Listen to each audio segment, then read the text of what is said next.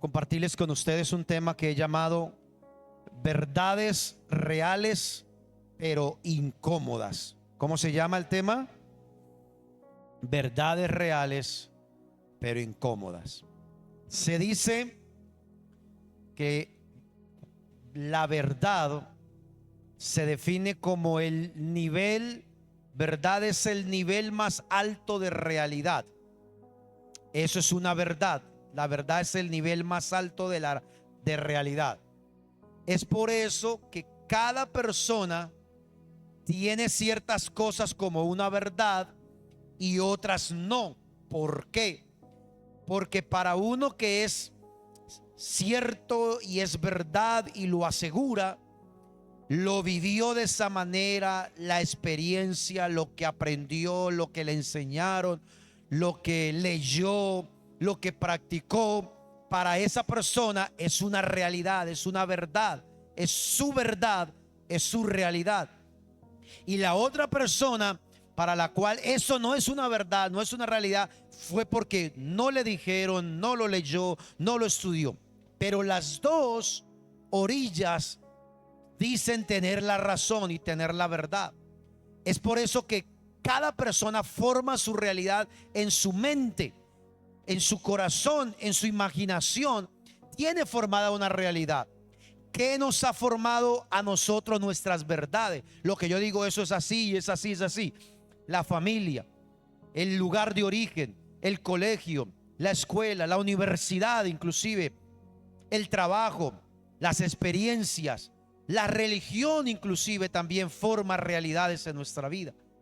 Cuando yo entiendo eso, aunque no es el tema, aun cuando yo entiendo eso, yo respeto a la otra persona, porque aunque para mí es cierto y para él o ella no es cierto, entiendo que esa es su realidad.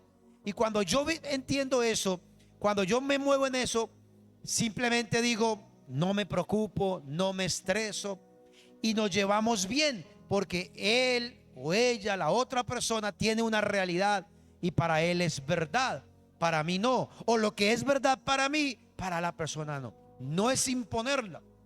Entonces, eso es una clave para uno entender muchas cosas en la vida de una persona. La realidad, la verdad es eso. En la Biblia, en Juan capítulo 14, versículo 6, Jesús hace una declaración. Los discípulos le vienen preguntando, Señor, ¿cómo conocemos al Padre? Nos habla de nuestro Padre, de su papá. ¿Cómo vamos a Él? Entonces Jesús establece una declaración y usa esa palabra. En Juan 14, 6 dice, yo soy el camino, ¿qué más? La verdad y la vida, y nadie va al Padre sino por mí. Entonces, cuando Jesús declara, hace esa declaración, Él muestra y dice, yo soy el camino correcto, yo soy la única manera de llegar a Dios. Voy a poner un camino, el único camino. Realmente, cuando uno lee ese versículo de pronto un poco más cercano a los textos originales, cuando el texto usa la palabra camino, en el original usa una palabra que quiere más decir un puente. No tanto un camino, sino un puente, porque Jesús les va a demostrar a sus discípulos que Él va a ser el puente. Cuando vaya a la cruz, Él va a crear un puente para que el hombre se vuelva a Dios. Entonces Él establece y dice, yo soy el camino, ¿la qué? La verdad.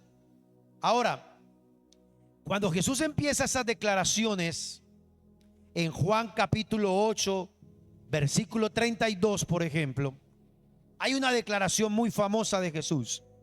Él dice en Juan capítulo 8, versículo 32, dice, y conoceréis la que, la verdad, y la verdad que os hará libres.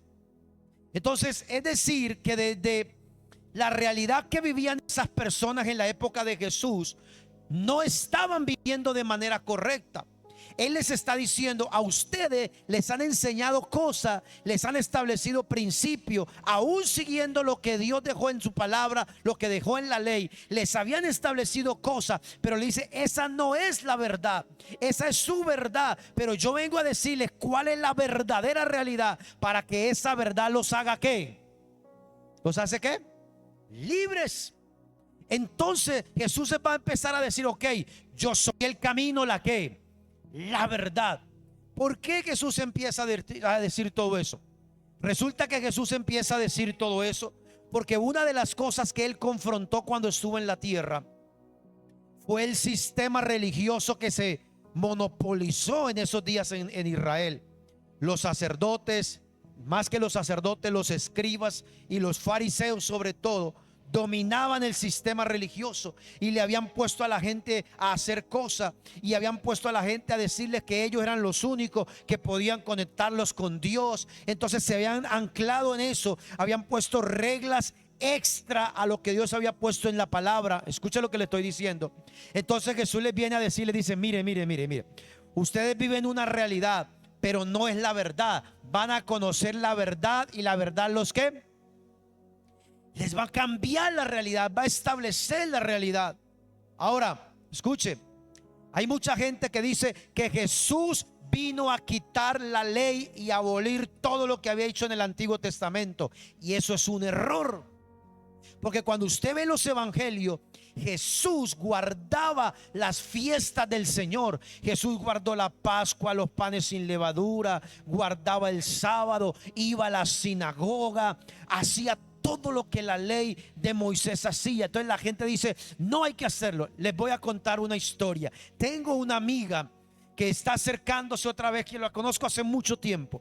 Es mayor, una señora mayor, y me pidió y me dijo, pastor, yo quiero que me ayude porque me siento sola en esto que estoy haciendo. Entonces yo empiezo a acercarme a ella y ella empieza a abrirme su corazón y empieza a mostrarme todo lo que ellas están haciendo. Y ellos, escuche, creen en Jesús como Hijo de Dios, creen que Él es el Mesías, el Salvador, que Él es el que nos da la vida eterna. ¿Alguien dice amén a eso? Pero cuando ella me cuenta, voy a su casa y me muestra, ellos qué hacen. Ellos no se reúnen el domingo, ellos se reúnen el viernes en la noche y hacen toda la ceremonia de guardar el Shabbat o el sábado, y el día de reposo lo guardan. Hacen las fiestas que están ahí. Y cualquiera diría, están mal, están en el Antiguo Testamento. Pero ellos dicen, nosotros guardamos eso por una convicción que tenemos. Alguien nos enseñó y creemos que Jesús es el Salvador, pero creemos que hay que guardar lo que Dios estableció en su palabra. Les pregunto, ¿está bien o están mal? Para ellos está ¿qué? Bien. Y yo soy feliz yendo allá. De hecho, este cosito que está aquí me lo regaló cuando fui por primera vez a su casa. Me dijo, pastor, esto me lo trajeron de Jerusalén, de Tierra Santa, y me lo trajeron. Y yo dije, preste para acá. Y me lo traje. Estos días me hizo otros regalos. Y yo no me enojo, y yo me siento y aprendo de ella. Y yo no le puedo decir, porque ella me decía, pastor, es que ustedes en la iglesia. Le dije, espere tantito, a mí sáqueme deja colada. Porque yo también creía. Entonces yo creía que los que guardaban el sábado estaban mal, se iban a ir al infierno, estaban fuera de lo que Jesús había dicho. Pues resulta que yo voy a la palabra en Isaías 56 para que lo lea en su casa, y dice que el extranjero de Israel que guarde el sábado y que guarde los mandamientos de Jehová será salvo. ¿Quién dijo eso? Dios. Entonces yo no creo que Dios haya equivocado al decir eso.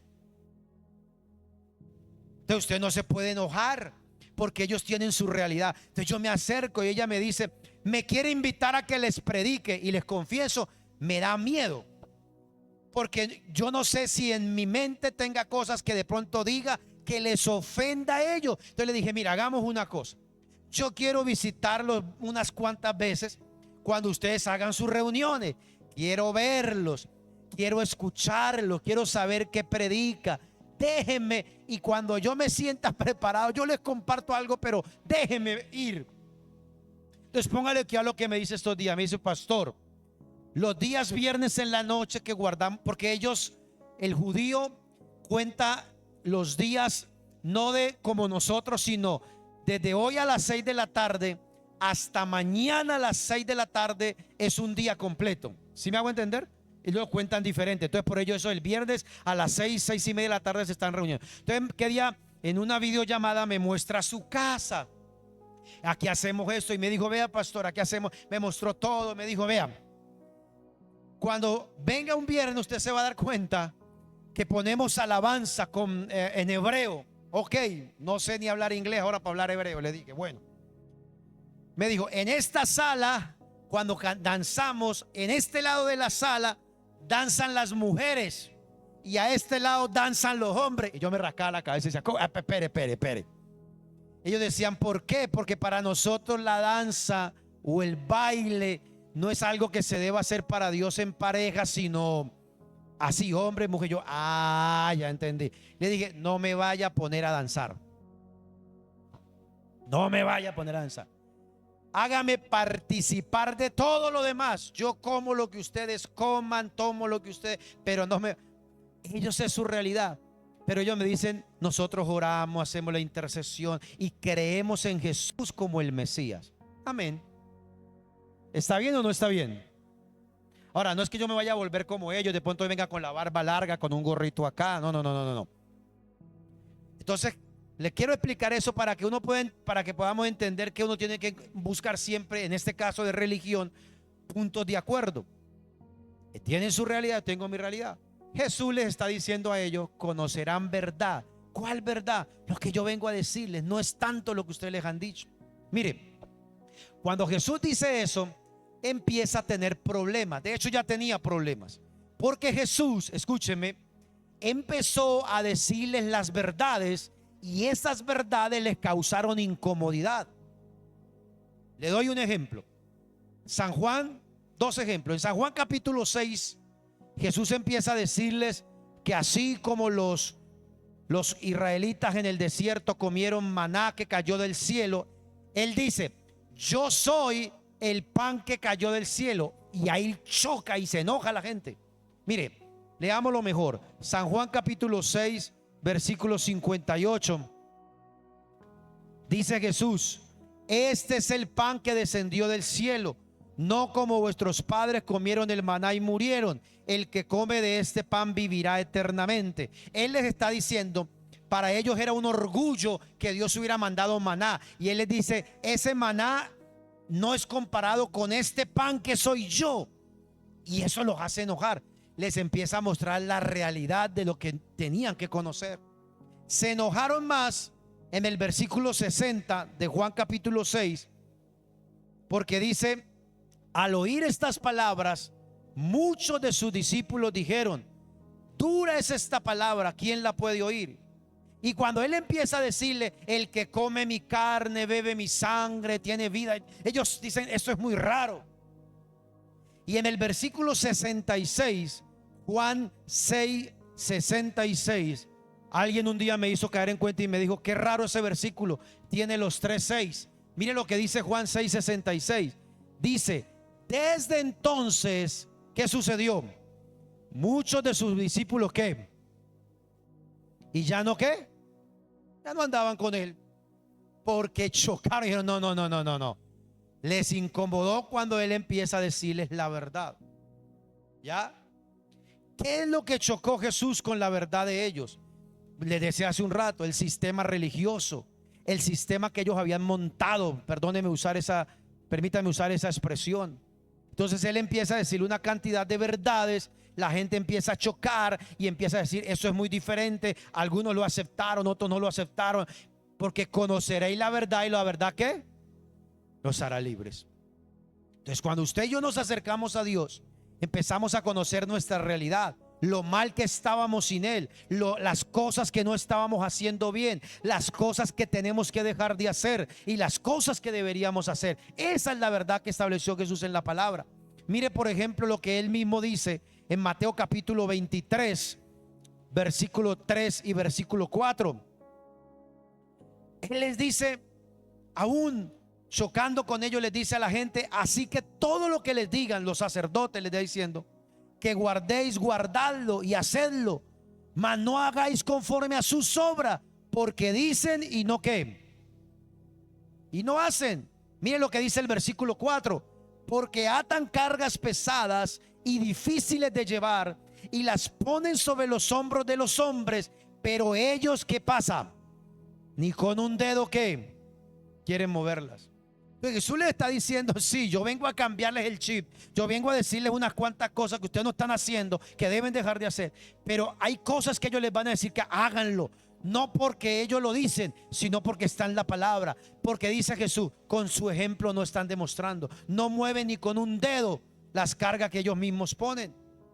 Entonces Jesús le dice a la gente, no es desobediencia, es establecer una verdad. Por eso es que yo le digo que yo no me enojo como con estos amigos que me están llamando a que los acompañe, que los visite, que vuelva, porque ellos hacen cosas que Moisés mandó, que Dios mandó a través de Moisés, pero creen en Jesús y yo voy normal, no pasa nada. ¿Por qué? Porque ellos están obedeciendo ciertamente la palabra. Ahora, el tema no es saber que Jesús estableció verdades, sino que estableció ciertas cosas, escúchenme, que fueron en contra. ¿Por qué fue incómodo? Porque a la gente le venían diciendo una cosa y cuando Jesús dice, no, ustedes tomaron la palabra mal, eso no se hace así, eso es de esta manera. Chocó y ahí se incomodó la gente. Para decir todas las verdades que Jesús dijo, valga la redundancia, nos gastaríamos mucho tiempo. Pero yo resumí, miré, leí, releí y encontré algunas verdades que tienen que ser reales para nosotros, que enseñó Jesús. Escuche, que son algunas incómodas, pero que no podemos negociar. Y es lo que tenemos que establecer en nuestra vida. ¿Amén o no amén? Y de pronto se incomoda usted hoy. Lo primero que le quiero decir es esto. Ya entendimos, la verdad es una realidad, es el nivel más alto, es lo que yo creo, es lo que a mí me está. Jesús dijo, yo les vengo a cambiar eso porque les dijeron mal. Esa es la verdad que nos hace libres. ¿Qué verdades suceden en Jesús o en la vida de Jesús o que Él dijo que resultan incómodas pero que son reales y que si no las practicamos y que si no las tomamos en cuenta no nos va a ir tan bien? Número uno, lo primero que tengo que decirles es hablar acerca de Jesús, de la vida de Jesús. A Jesús se ha querido dar muchas figuras. Por ejemplo, se dice Jesús fue el primer revolucionario. Error. Esa no es la verdad que dice la Biblia. Jesús nunca fue un revolucionario, nunca fue en contra del gobierno, solamente confrontó el sistema religioso, pero nunca fue un revolucionario. Que la gente haya visto en Jesús una esperanza de salvación del imperio romano era otra cosa, pero ese no era su trabajo. Entonces sáquese de su cabeza, le estoy estableciendo una verdad. Jesús no vino a cambiar las cosas del mundo así por así. En Juan capítulo 18 versículo 36, Juan 18, 36, Jesús dice, mi reino no es de este mundo, porque si fuera de este mundo, ya mismo mis seguidores vendrían a liberarme. Cuando él estaba siendo capturado, estaba siendo interrogado por Pilato, lo tenían amarrado y él le dice, mi reino no es de este mundo. Si yo fuera, ve a los judíos, pero no es de aquí. Él sabía que su reino era superior, que estaba por encima de todo. Mire lo que le voy a decir, sáquese de la cabeza ese temita de que Jesús fue revolucionario. ¿Sabe qué le digo? Que a pesar de que Israel estaba bajo el imperio romano, no eran esclavos del todo. Simplemente el imperio romano tomaba el gobierno de esos territorios, colocaban impuestos, leyes sobre esa tierra. Los judíos podían trabajar libre en su tierra, podían irse cuando quisieran, no eran esclavos, pero estaban bajo el imperio romano. Jesús fue obediente aún en todo. ¿Sabe por qué? Porque mire lo que pasó en Mateo capítulo 22 versículo 21. Mateo 22, 21, cuando lo quisieron tentar, él dijo, y le dijeron, de César es esta moneda. Y él les dijo, ¿qué hay que hacer? A César lo que es del César y a Dios, punto. Jesús lo quisieron tentar y como ponerlo en contra de los romanos. ¿A quién debemos darle los tributos e impuestos? Y le dijo, muestren la moneda. ¿De quién es la moneda en la cara? La cara en la moneda. Del César, del emperador romano. ¿Qué hay que hacer? Y ellos esperaban. Y dijo, al César lo que es del César y a Dios lo que es. Punto. ¿Se dan cuenta? Jesús pagó impuestos. En Mateo 17:27 tenía que pagar los impuestos a los romanos. Y hizo un milagro, le dice a Pedro, agarre un anzuelo, vaya a la orilla del río, del lago, tire el anzuelo, saque un pez y el primero, ábrale la boca al pescado y ahí vas a encontrar unas monedas y ve y paga el impuesto por mí y por ti, por los dos. Paga el impuesto y quedamos libres y no los vamos a disgustar. ¿Me está siguiendo acá? Cuando la gente vio en Jesús una esperanza de salvación, creían que Jesús los iba a hacer libres del imperio romano, lo quisieron hacer rey. En Juan capítulo 6 Jesús hace un milagro, multiplica los panes, los peces, la gente come, se sacia, sobra y empiezan a decir, lo vamos a poner como rey. ¿Y qué dice Juan capítulo 6 versículo 15? Cuando él supo que lo querían hacer rey, dice que se apartó de ellos y se fue a orar mejor, porque él dijo no. Él dijo no, dice, pero entendiendo Jesús que lo iban a venir para apoderarse de ella, hacer lo que, si lo hacían rey, eso creaba una revolución armada en Israel, porque decían, tenemos nuevo rey, ya no reconocemos al emperador César, sino que ahora tenemos rey, y se venía una guerra civil. Entonces, sáquese de la cabeza, ¿verdad que incomoda? Sí, pero es la realidad. Número 2, una realidad o una verdad que incomodó cuando Jesús la enseñó es que sin perdón no hay nada. Sin perdón no hay salvación.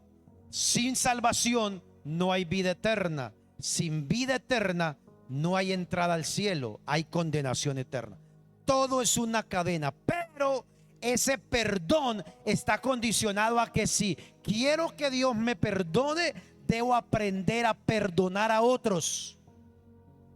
Y esto entra, como decía alguien por ahí, como gato en reversa.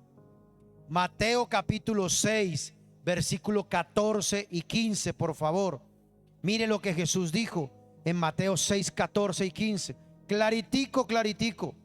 Porque si perdonáis a los hombres sus ofensas, os perdonará ¿quién? También ¿qué? Vuestro ¿qué? ¿Lo están leyendo? Pero el versículo 15 dice, mas si no perdonáis a los hombres sus ofensas, tampoco vuestro Padre ¿qué? No es que usted tenga que andar de mano cogida y de abrazo y de beso con el que te hizo daño, con el que te dolió, con el que te lo está, que hemos hablado muchas veces acá. No, pero usted en su corazón tiene que sanarlo, tiene que perdonarlo. La palabra perdón tiene mucho significado, pero una de las cosas que significa en la Biblia perdón es soltar. Diga conmigo, soltar.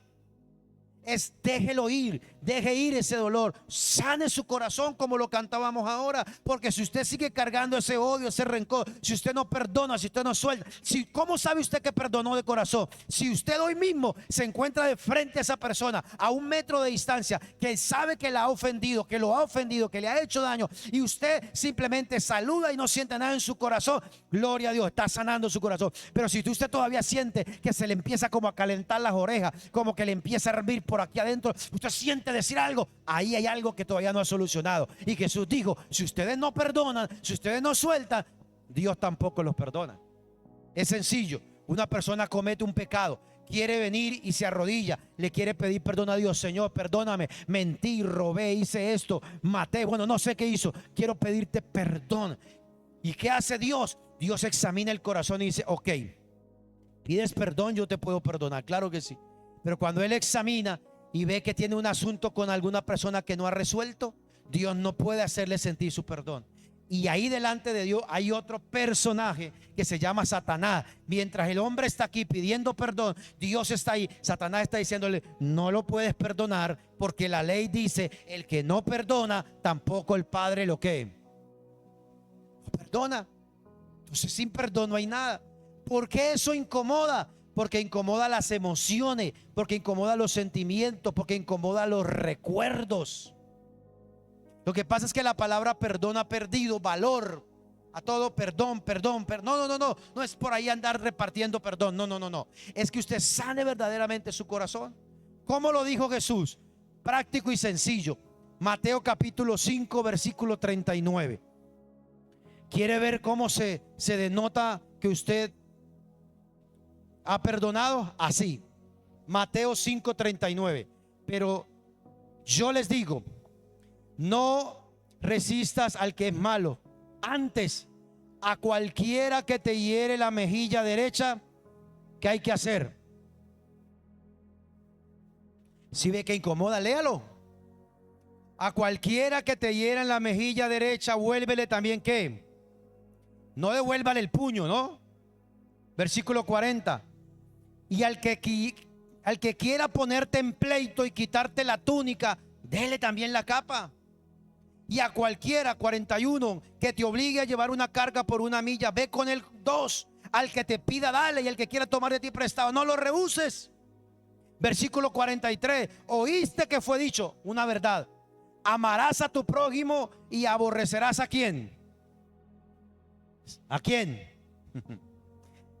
44. Pero yo les digo, amen. ¿A quiénes?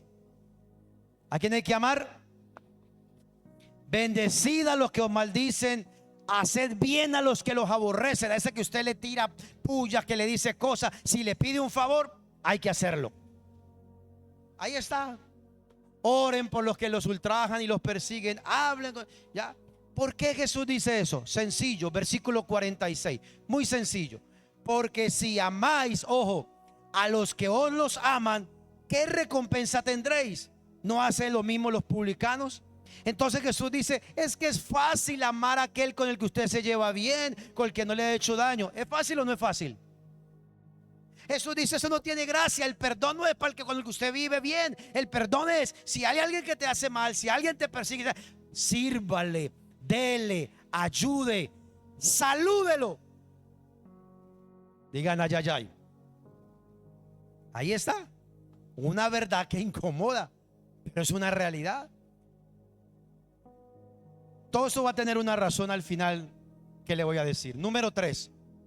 Otra verdad que Jesús dejó, que es incómoda, es que a cada uno nos van a medir para recompensa conforme tratamos nuestras relaciones con otros. Largo, se lo repito. Una verdad que Jesús dejó es un poco incómoda. Es que a nosotros y a cada uno nos van a medir para recompensa o no, de acuerdo a cómo hemos medido o llevado las relaciones con el prójimo. Acuérdense que Jesús dijo que el primer mandamiento es ama a Dios con toda tu mente, con todo tu corazón, con toda tu fuerza. Y el segundo es igual, amarás ¿a quién? A tu prójimo como ¿qué? Algunos dicen, pero es que el prójimo a veces no colabora. Esa es la gracia del amor. Es que el amor no es cuando todo está bien. El amor no es todo cuando todo hay, fluye, ay, qué rico, color de rosa, el paraíso. Cuando viene el prójimo y te hace daño, ahí demuestras el verdadero amor. Amén. Eso es incómodo, claro que sí. Y a nosotros nos van a medir por eso. Mateo capítulo 7. Estoy tratando de resumir porque Jesús en muchos de sus sermones repitió varias de estas cosas. Mateo capítulo 7 versículo 2. ¿Qué dice? Porque con el juicio con que juzgáis seréis ¿qué? Y con la medida con que medís serás ¿qué? Como yo lleve mi relación con otros, así me tratarán. Como yo llevo mi relación con otros, recompensa viene. ¿Por qué?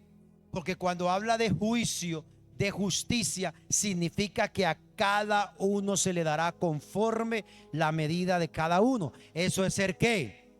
Justo. ¿Es ser qué? Entonces, cuando tú vienes a Dios, Señor, yo te pido que me recompense, estoy pidiendo esto, una petición, resuelve esto, haz un milagro, dame esto. De ahí arriba te quieren soltar. Entonces, para que entendamos qué hace Dios, saca una vara, saca una regla y dice, ok, ¿cómo me diste con Julano? ¿Cómo trataste a tu papá esta semana? a tus hijos, a tu esposo, a tu esposa, a tu patrón, a tu yerno, a tu nuera, a tu suegro, a tu suegra, a tu cuñado, ¿cómo? A tu amigo, al vecino, al de la tienda, ¿cómo? Medámoslo. No está la medida. ¿Por qué no es la medida? Usted y yo pedimos algo así y Dios viene y me dice, no, esa medida no alcanza porque la medida da hasta aquí. No trataste bien a la gente hasta que no llegues a la medida, porque conforme mediste, así te van a ¿qué? A medir. ¿Estamos claros ahí? Por eso es importante mirar cómo llevamos nuestras relaciones con los demás. No es, vuelvo y repito, usted tenga que andar de mano, de abrazo, de comida, de salir, de visitar a todo el mundo, pero sí cómo hablamos, cómo tratamos, cómo nos relacionamos con los demás. ¿Amén o no amén? Número 4. Ya voy a terminar. No los voy a incomodar tanto. Número 4. La cuarta verdad que usted tiene que entender que dijo Jesús, y mucha gente no lo logra entender y se conflictúa por esto, es esto: Dios es justo. Diga conmigo, Dios es justo. Mejor dicho, ¿cuántos creen que Dios es justo? Todos tenemos la oportunidad de hacer algo en la vida. Dicen amén o no amén. Todos reciben las mismas oportunidades. Si usted y yo nos despertamos hoy, como miles y millones de personas en el mundo nos hemos despertado, tenemos la misma oportunidad hoy. Mateo capítulo 5 versículo 45. Mire lo que dice Mateo 5, 45, a ver qué se me hizo. Aquí está. Dice: para que seáis hijos de vuestro Padre que está en los cielos. Ojo aquí, que hace salir su sol sobre ¿qué? Sobre malos y buenos, y que hace llover sobre ¿qué? Sobre todos.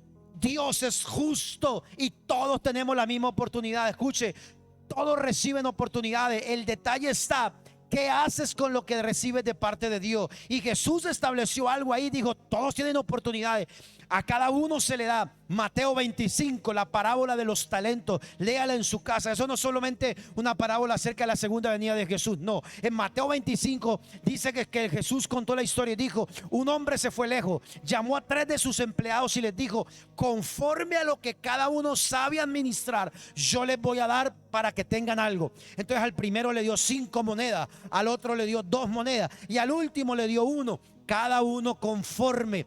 Ahí usted va a leer eso, conforme a su capacidad. Pero todos los 3 recibieron ¿qué? La misma ¿qué? Oportunidad. Entonces, ¿qué sucede? En Mateo capítulo 25, póngame Mateo 25, 29, por favor. Al final de esa parábola, el hombre viene y empieza a hacer cuenta y le dice: bueno, usted que trajo 5, yo le di 5, ¿qué hizo? Señor, me diste 5, te devuelvo tus 5 y 5 más que gané. Bien hecho, muy bien. Al que le dio 2 le dijo: Señor, aquí están las 2 monedas que me diste, te gané otras 2, no multipliqué. Bien. Cuando llama al que le dieron 1, trajo la única y él le dijo: Señor, pero es que vea, a mí me dio miedo, yo dije mejor esto no lo hago, yo lo escondo y te lo entrego. ¿Y sabe qué le dice el hombre de la historia? Jesús dice, le dijo: siervo malo, ¿qué debiste tomar mi dinero y al menos póngalo en los bancos para que cuando yo venga pueda recibir los réditos de lo que ganó? Y dice que condenó a ese hombre. Y uno dice: ¿pero por qué? No, es un Dios justo, porque a cada uno le dio su qué, su qué, su parte, su oportunidad. Y este pasaje 29, ponga Mateo 25, 29, por favor. Dice, mire lo que dice allá: porque al que tiene le será qué. Léalo por favor. Y tendrá qué. Y al que no tiene, aún lo que tiene le qué. Porque todos recibieron oportunidad. Esta semana estaba viendo por allí algo en internet, una serie de esas que me gusta ver a mí con respecto a los viajes en el tiempo, en el espacio, en la realidad. Y la persona que empieza a cambiar muchas cosas de esa historia, en todas las veces que sale cambiando algo, dice esta frase: ¿por qué algunos tienen más y otros tienen menos? Todos deberíamos tener por igual. Esa es la premisa y por eso hace lo que hace en esa serie que estaba viendo por ahí. Pero Jesús dice: le dimos oportunidad. El que tiene se le dará más. ¿Por qué? Porque lo que se le dio lo multiplicó, lo administró bien. El que no tiene, se le dio también, pero no supo qué hacer con ello. Por eso es que nosotros vemos tantas necesidades en la gente en la calle. Hijos desheredados, padres que no se levantaron, que no se preocuparon por ahorrar, por levantar a sus hijos, por ayudarlos. Otros casos, padres que levantaron empresa, negocio, se la dieron a sus hijos, pero sus hijos fueron desordenados, rebeldes, malgastaron. Entonces, ¿qué pasó? Perdieron su qué. Entonces ahora es todos por igual. No, señores. Jesús dijo: el que tiene tendrá más porque sabe qué hacer con él. El que no tiene, aún lo que tiene le será quitado. Parece que se contradice, hermano, me dirá usted. Entonces Dios no es justo. No, sí es justo, porque el pasaje dice que a cada uno le dio su qué, su parte, su oportunidad. ¿Estamos acá o no estamos acá? Esa es una verdad que incomoda. Número 5, otra verdad que va a incomodar mucho cuando usted se acerca a Dios, a Jesús, es que lo que usted recibe en su vida es el fruto de sus palabras. Ojo acá, lo que yo recibo, lo que tú recibes en tu vida va a ser el fruto de sus palabras. Mateo capítulo 12, versículos 36 y 37.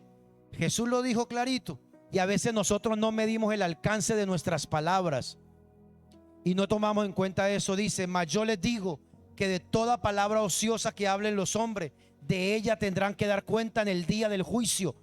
37. Porque por tus palabras, ojo, serás justificado, y por tus palabras serás ¿qué? Condenado. Lo que yo reciba, mucho de lo que yo reciba, va a ser el fruto de mis palabras, de lo que yo digo. Por eso, escúcheme, esto va todo encadenado, unido.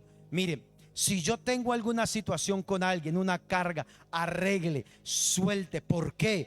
Porque si usted no perdona, porque si yo no perdono, porque si yo no suelto, eso que tengo aquí guardado me va a hacer hablar mal, me va a hacer decir cosas malas, y las palabras me van o a condenar o a bendecir. ¿Me está siguiendo acá?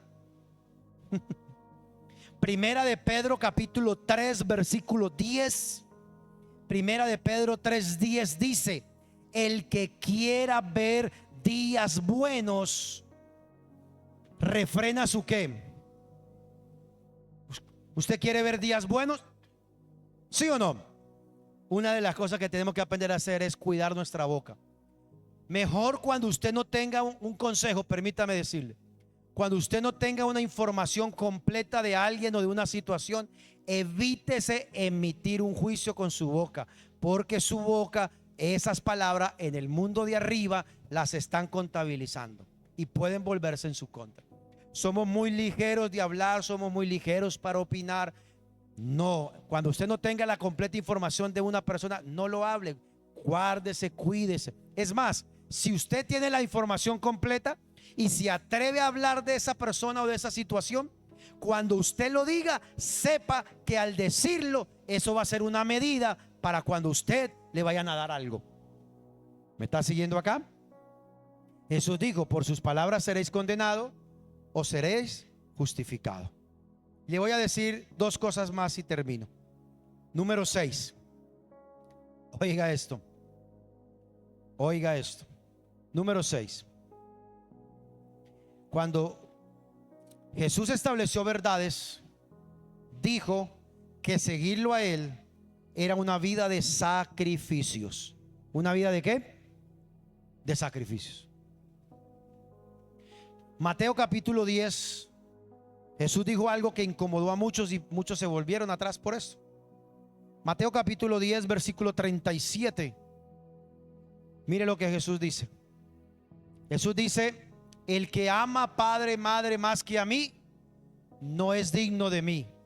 El que ama a hijo, hijo más que a mí, no es digno de mí. 38. Y el que no toma su cruz y sigue en pos de mí, no es digno de mí. 39. El que haya su vida la perderá, y el que pierde su vida por causa de mí, ¿la qué? La hallará.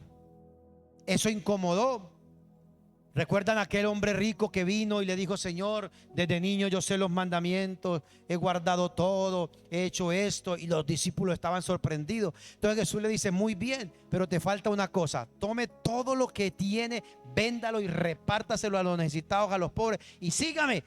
Dice que se fue aburrido, agachado, y dijo: no, no, no, no, no. Cuando él dice todo esto, los discípulos le hacen la pregunta: ¿qué pasa, Señor? Por allá en Marcos capítulo 10, para que lo lea en su casa. Cuando Jesús dice todo esto, Pedro le dice: Señor, hemos dejado todo por ti, la casa, el trabajo, los hermanos, todo, todo, todo. Entonces Jesús les dice: no hay nadie, ojo, no hay nadie que deje las cosas por mí, que reciba hasta 100 veces lo que han dejado por mí. Porque Jesús dijo: el que ama más a alguien más que a mí no es digno. Esa frase, escuche, no es aborrecer, no es abandonar, no, es que lo que dice aquí, papá, mamá, hermano, hijo, posesión, lo que tenga, si eso te impide acercarte a Dios, ahí hay un problema. No vas a ser capaz de sacrificar. Y Jesús dijo: el que toma su cruz y me sigue cada día, ese es digno de ser mi discípulo. Con Jesús es una vida de sacrificios. Muchas veces vamos a tener que hacer sacrificios, dejar cosas que estábamos haciendo, que sabemos que a Dios le ofenden. Es que hay cosas que el mundo hace, que sabemos que al hacerlas Dios es ofendido. Entonces tenemos que aprender a conocer todo eso en nuestra vida, en nuestro corazón, para sacarlo. Jesús dijo en Juan capítulo 8, cuando hablaba de la verdad, dice: el que está en pecado, esclavo es del pecado, porque no es capaz de soltarse de eso. Entonces hay que sacrificar cosas, hay que hacerlo si queremos seguir a Dios. Yo creo que Jesús, cuando estaba hablando de esto, y en Mateo, por allá más adelante en el 24, cuando habla del fin del mundo, cuando Jesús está diciendo todo esto, dice: va a llegar un día. ¿Por qué Jesús lo dice esto? Les decía a sus discípulos: va a llegar un día, en Mateo 24, léalo en su casa, dice que el Hijo, cuando los persigan por causa de mi nombre, dice, el Hijo me va a negar y es capaz de entregar a sus padres. Los padres entregarán a sus hijos, hermanos se entregarán entre ellos por causa de que los persiguen. Por eso es que Jesús les está diciendo: si usted tiene por encima de mí, de seguirme a mí, esas cosas o esas personas, no vas a poder ser digno de mí. Y luego le dice: porque llegará un tiempo donde va a pasar eso. Y yo creo que Jesús estaba viendo hacia el futuro, y hoy vemos y vamos a ver probablemente algunos de nosotros o nuestros hijos, gente entregándose entre familia cuando vengan a perseguir por el nombre del Señor, por adorar a Dios, porque la gente se va a volver así. Eso está en la Biblia, va a pasar. La pregunta es: si no somos capaces hoy de hacer un sacrificio y de dejar cosas que tenemos que dejar, ¿cómo será después cuando tengamos que poner por encima de muchas cosas si creemos o no en Dios? ¿Estamos aquí? ¿Amén o no amén? Y número 7, y yo termino acá ya con esto, y no está de pronto tomado de un texto bíblico, pero es la conclusión. Toda verdad que Jesús estableció es para acercarnos a Dios y para que vivamos una vida mejor. ¿Cuántos dicen amén a eso? Toda verdad. Yo le resumí en 5, 6, 7 cosas acá, pero usted lo puede leer. Si quiere ahondar en esto, tome su Biblia esta semana y léase Mateo capítulo 5, capítulo 6 y capítulo 7, donde Jesús habla del sermón del monte y explica una cantidad de cosas. Por ejemplo, en las palabras dice: sea vuestro sí, sí, y vuestro no, no. Lo que está ahí en medio no sirve. ¿Ve? Le está enseñando eso. Entonces, toda verdad que Jesús estableció para acercarnos a Dios y para vivir mejor y vivir en bendición. ¿Cuántos quieren vivir en bendición? Digan amén. Juan capítulo 10, versículo 10 dice: el ladrón no viene sino para hurtar, matar y destruir, pero yo he venido para que tengan vida. ¿Y vida en qué? En abundancia, plenitud. La verdad de Dios es la plenitud de Dios. ¿Cómo lo logramos? Solo a través de Jesús. Y ahí volvemos a Juan capítulo 14, versículo 6. Yo soy el camino, ¿la qué? La verdad y la vida.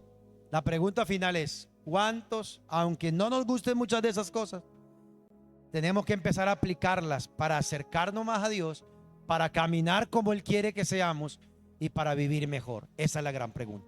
Póngase de pie y quiero que me acompañe orando en esta mañana, por favor.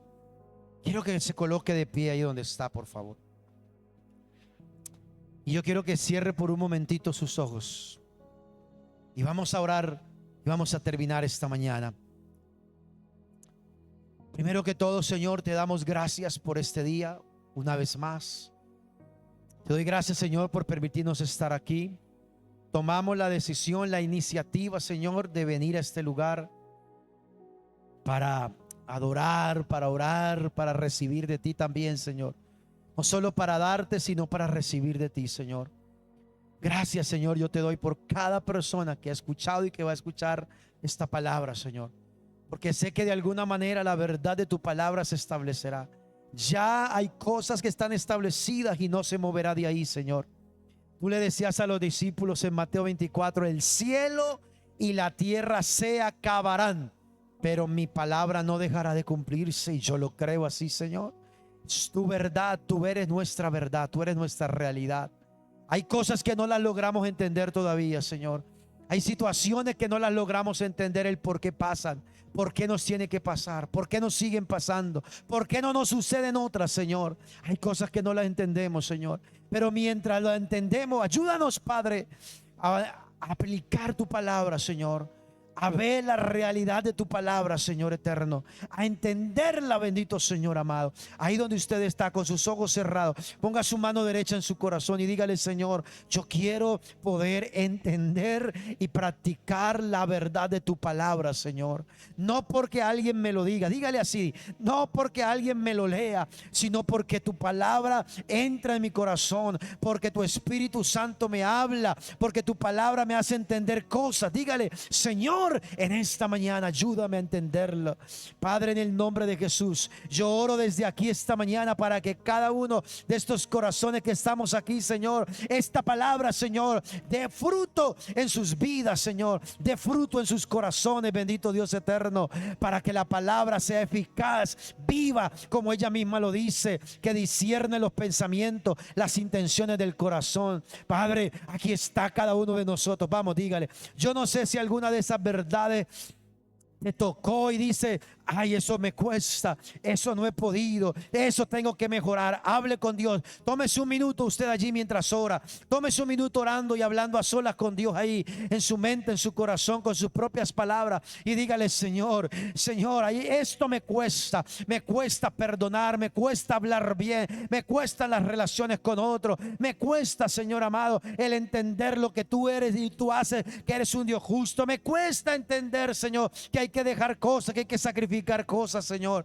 Yo no sé, algo tuvo que haberle hablado la palabra hoy y que se establezca la verdad. ¿Por qué? Porque Dios quiere que tú te acerques a Él, porque Jesús lo enseñó, lo predicó, lo dejó en su palabra. ¿Para qué? Para que tú te acerques más a Dios, para que camines en bendición cuando tú practicas su palabra, lo que Él dejó. Señor, en esta mañana yo sé que cada uno de nosotros, de los que estamos aquí, de los que nos van a ver después y escuchar, Señor, cada mente y cada corazón es un mundo diferente, Señor amado. Aunque vivamos en la misma casa, aunque durmamos en la misma cama, habitación, Señor, somos mundos diferentes. Tenemos unas verdades, tenemos una realidad que fue establecida por lo que hemos vivido, por lo que hemos experimentado, por lo que hemos escuchado, por lo que nos han enseñado. Pero, Señor, en esta mañana yo te pido que la verdad tuya sea la que prevalezca, la realidad del cielo a nosotros. Tu reino no es de este mundo. Hágase tu voluntad aquí en la tierra como es en el cielo. Nos has enseñado en tu palabra,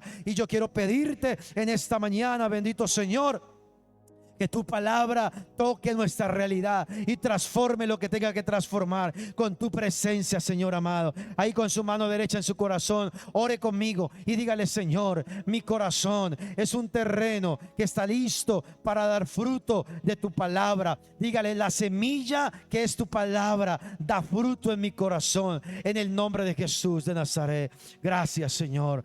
Y yo le digo ahí, mientras usted ora conmigo, ¿cómo vamos a ver esa bendición? Cuando le damos permiso a Dios. Tenemos libre decisión.